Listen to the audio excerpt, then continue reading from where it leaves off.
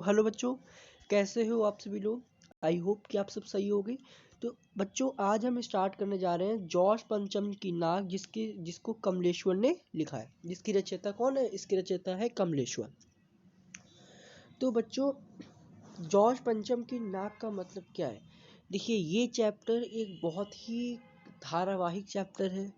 वह बहुत ही सामाजिक चैप्टर है। ये चैप्टर एक सीबीएसई की तरफ से जो लिया गया है, मेरी माने तो बहुत सही है। इस चैप्टर में बताया गया है कि एक इंसान की प्रगति कैसी होती है। ठीक है, कि कैसे विदेश हमारे भारत को जकड़े हुए थे, कि कैसे विदेशी आज भी हमारे भारत को गुलाम समझते हैं। ठीक है, मैं ज़्यादा कुछ बोलना नहीं चाहूँगा, लेकिन हाँ, अब मैं इस चैप्टर को स्टार्ट करता हूँ। तो इस चैप्टर में क्या है, अब देखिए। बहुत लोग कहेंगे कि आपने राइटर के बारे में नहीं बताया, और तो मैंने राइटर के बारे में एक दूसरी वीडियो बना रखी है, उसकी मैं डिटेल एक्सप्लेनेशन कर रखी है, तो आप कृपया करके उसको देख सकते हैं। तो ये बात उस समय की है जब इंग्लैंड की रानी एलिजाबेथ द्वितीय में अपने पति के साथ हिंदुस्तान पधारने वाली थी। तो इसमें कहा गया है कि ये बात उस समय की है जब हिंदुस्तान, जो इंग्लैंड की महारानी थी, इंग्लैंड की महारानी कौन थी? इंग्लैंड की महारानी एलिजाबेथ थी, जो अपने पति जॉर्ज पंचम के साथ हिंदुस्तान पधारने वाली थी। ठीक है, अखबारों में उनकी चर्चा हो रही थी। रोज लंदन के अखबारों में खबरें आ रही थी कि शहर दौरे के लिए कैसी कैसी तैयारियां हो रही हैं। रानी एलिजाबेथ का दर्जी परेशान था। अब देखिए, जब कोई यहाँ का प्रधानमंत्री जब बाहर जाता है, तो यहाँ के प्रधानमंत्री के जो साथ होते हैं, जो दर्जी होते हैं, जो भी होते हैं उनके, वो बहुत परेशान होते हैं कि अब प्रधानमंत्री क्या पहनेंगे, अब कहाँ जाएंगे, अब क्या करेंगे। तो ये एक सामान्य बात है कि उनके लोग जो थे, उनके सिक्योरिटी थे, उनके जासूस थे, सब बहुत ही परेशान थे। ठीक, सब तूफानी दौरा कर रहे थे, क्योंकि एक मजाक नहीं था।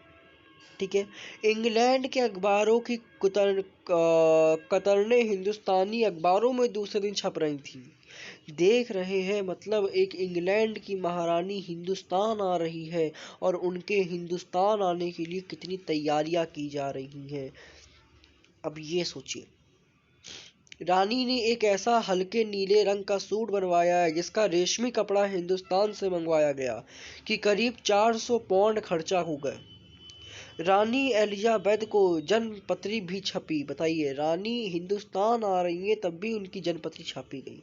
प्रिंस फिलिप के कारनामे छपे। अब बात आती है स्टूडेंट्स की, प्रिंस फिलिप कौन थे, है ना। अब ये बात आती है कि जो प्रिंस फिलिप का नाम आया, ये प्रिंस फिलिप कौन थे और इनके क्या कारनामे थे।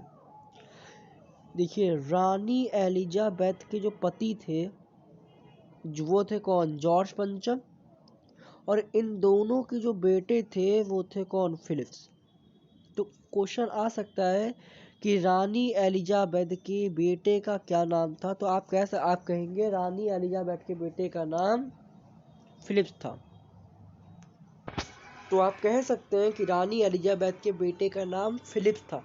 और तो और उनके नौकरों, बावर्चियों, खान सामों, अंग रक्षकों की पूरी जीवनियां छप गई थी। सोचिए, ये समझिए कि रानी तो आ रही थी, पर उनके साथ जो उनके नौकर चाकर थे, उन तक की जीवनियां छाप दी गई थी। इतना डर था हमारे हिंदुस्तानियों को, इतना डर था हिंदुस्तानियों को, कि एक विदेशी रानी हमारे हिंदुस्तान में आ रही है, और हमारे हिंदुस्तान में सब कुछ उलट पलट हो गया था।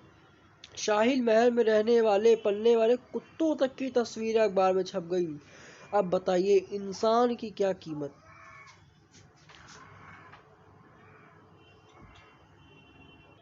यहाँ तक कि रानी के आने के समय उनके नौकरों की तो छोड़िए, उनके कुत्तों तक की तस्वीरें अखबार में छप गईं।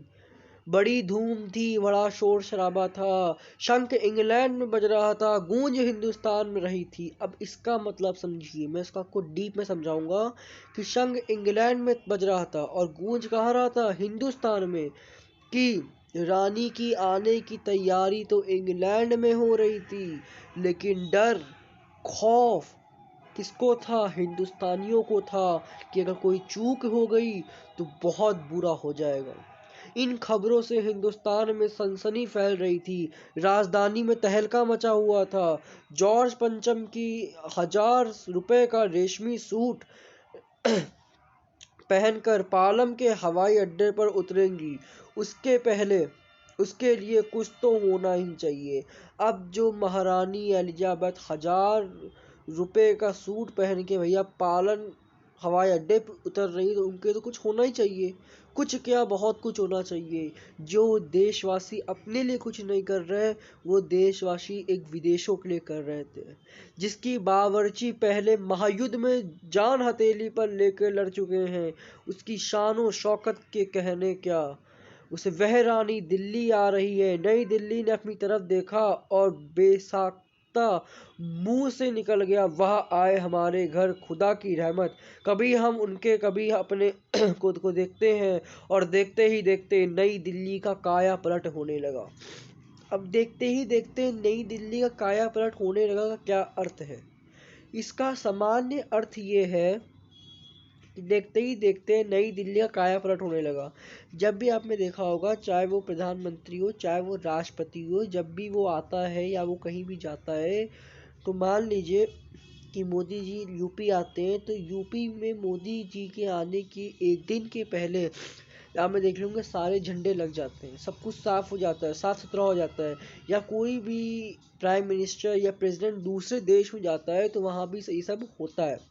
और करिश्मा तो ये था कि किसी ने किसी से नहीं कहा, किसी ने किसी को नहीं देखा, पर सड़कें जवान हो गई, बुढ़ापे की धूल साफ हो गई।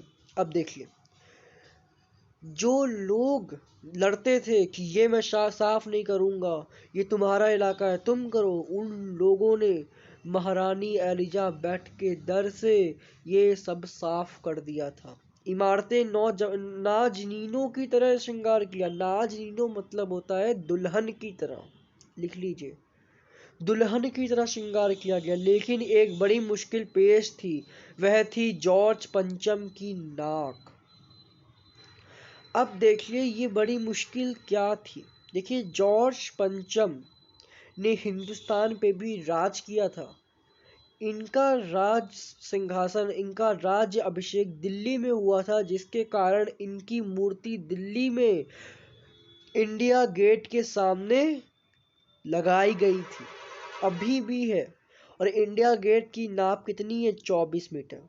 ठीक है, इंडिया गेट के सामने इनकी मूर्ति लगाई गई थी, और उस मूर्ति में सिर्फ इनकी नाक नहीं थी, मतलब कुछ कारण के, कुछ किसी चीज के भी कारण इनकी नाक कट गई थी वहां।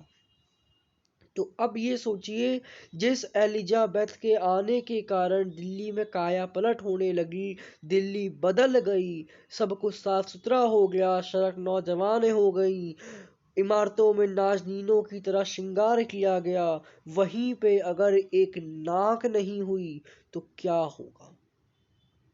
तो क्या होगा? और हिंदुस्तानियों के लिए एक सबसे बड़ी चीज है कि जान जाए पर नाक ना जाए। कहते नहीं है नाक कट काट दी, मतलब शर्म ने, मतलब तुमने मेरी नाक काट दी। बहुत लोग कहते हैं तुमने मेरी नाक कटवा दी, तुमने मतलब शर्म सार से मेरा सर झुका दिया। इस नाक के लिए बड़े तहलके मचे थे, किसी वक्त आंदोलन भी हुए थे। इस नाक के लिए सोचिए, एक नाक के लिए आंदोलन किया गया था। राजनीतिक पार्टियों में प्रस्ताव पास किए, चंदा जमा किया, कुछ नेताओं ने भाषण दिए, गरम गरम बहसें चली, अखबारों के पन्ने रंग गए, लेकिन नाक का अता पता नहीं था। जॉर्ज पंचम की राह रहने दी जाए या हटा दी जाए, और जैसा कि हर राजनीतिक आंदोलन में होता है, कुछ पक्ष में थे और कुछ विपक्ष में, ज्यादातर लोग खामोश थे। खामोश रहने वाले ताकत दोनों तरफ से थी। ये इसलिए होता है ये इसलिए होता है क्योंकि जिस एलिजाबेथ के आने के लिए धूमधाम शेरों से हमारे लिए सजावटें हो रही थी, अगर वही एलिजाबेथ के पति की नाक कटी होगी तो क्या होगा? अब इसके आगे मैं कल कंटिन्यू करूँगा इसकी नेक्स्ट वीडियो में। तो खामोश रहने वालों की ताकत दोनों तरफ थी, यहाँ तक आप लोग रीड कर लीजिएगा। और कुछ क्वेश्चंस होते हैं जो यहाँ से बनते हैं, मैं आपको उस क्वेश्चन बता देता हूँ। जैसे कि एक क्वेश्चन होता है, सीबीएसई का एक क्वेश्चन आता है हमेशा कि खामोश रहने वालों की ताकत दोनों तरफ थी, इस भावार्थ को स्पष्ट कीजिए। इस मतलब को स्पष्ट कीजिए कि खामोश रहने वालों की ताकत दोनों तरफ थी। तो ये होमवर्क होगा आपका, और जिसको भी इसका आंसर पता हो प्लीज़ मुझे नीचे कमेंट बॉक्स में कमेंट कर दे, और लाइक शेयर एंड सब्सक्राइब कर दीजिएगा। और मैं सेकेंड पार्ट की वीडियो में ये चैप्टर में भी ख़त्म कर दूंगा। तो thank you class, best of luck for your upcoming exam. मिलते हैं नेक्स्ट वीडियो में।